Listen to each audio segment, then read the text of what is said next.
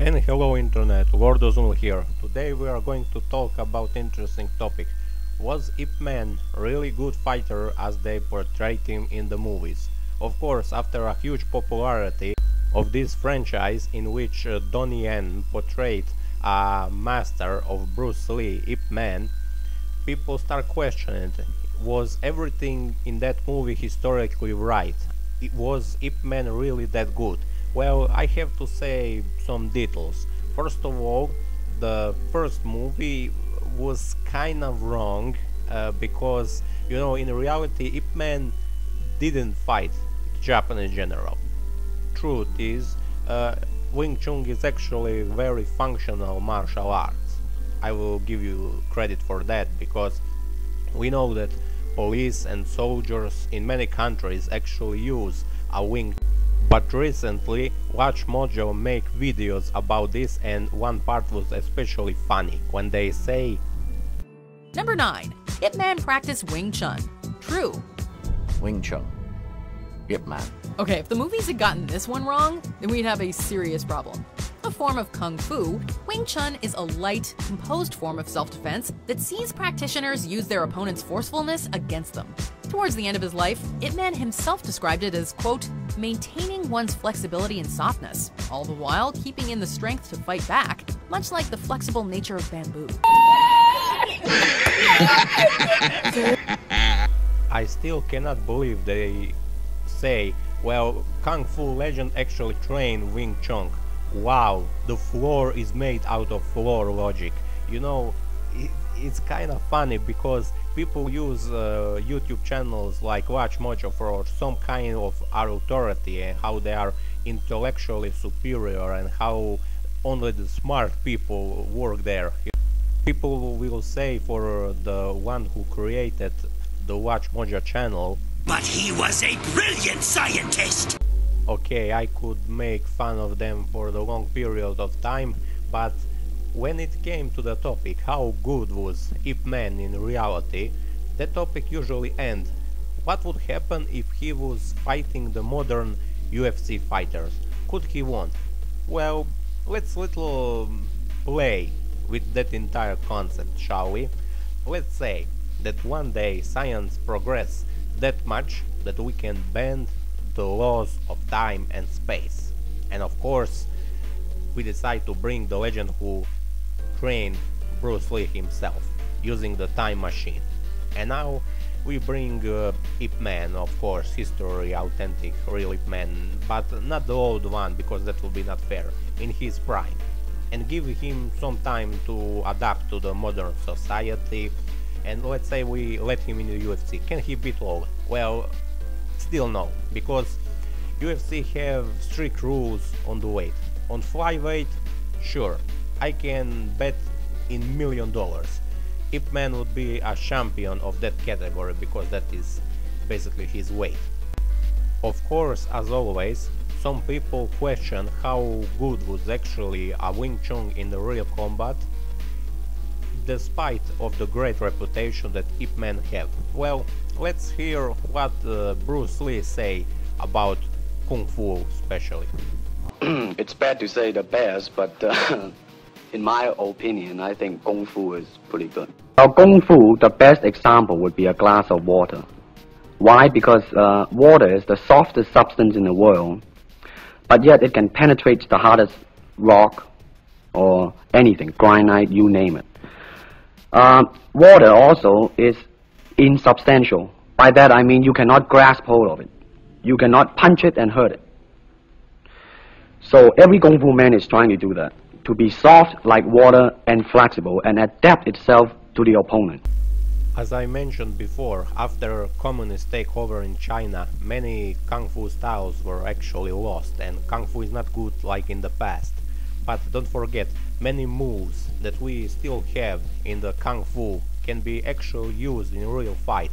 As we saw in the UFC, they use actually moves that MMA fighters still use. Of course, it's logical.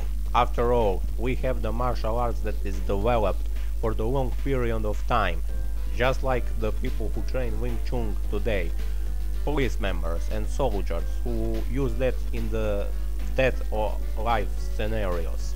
So logically, when they are fighting in the rural area, they cannot use many of the moves that are of course legal in the battlefield but illegal in the fight. Of course you can't use weapon, for instance, but you can still use some pretty incredible moves that will give you advantage in the fight, because other side usually don't even know how to defend themselves from the moves like this. That will give you a huge advantage. Not to mention, Ip Man actually trained a pure, authentic, not changed, not modified like many versions of Wing Chun style today, and that will alone give him a huge advantage in this kind of fight, because you see, this martial arts is actually developed in a very dangerous time, and in the long period of battles it was modified to that point that you can actually defeat basically any kind of opponent. That is what makes this Wing Chun style so specifically good. But do you know what else can give advantage to the Ip Man? Of course, people who know him say when he was younger he performed many incredible stuffs. Like once they claim how he kicked to the door and they fall apart. Even so, that would be something that normally humans can do. He was capable because of a long period of training of his martial arts. Of course, some people question stories like that, or stories when people saw him fight several opponents at once and win. Same would go for his students, not just Bruce Lee, but fighters like William Chong, who was once in the fight on the boat, and there was actually over 10 people there who attacked him and he defeated them all in the fight. When you have the fighter who can defeat several people at once, questioning can he defeat some UFC fighter, it's kind of funny and pointless, because we know that he can defeat several people and we don't know many UFC fighters who can actually do that.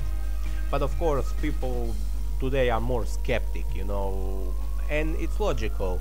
There were many frauds in the term of martial arts, and that is kinda sad.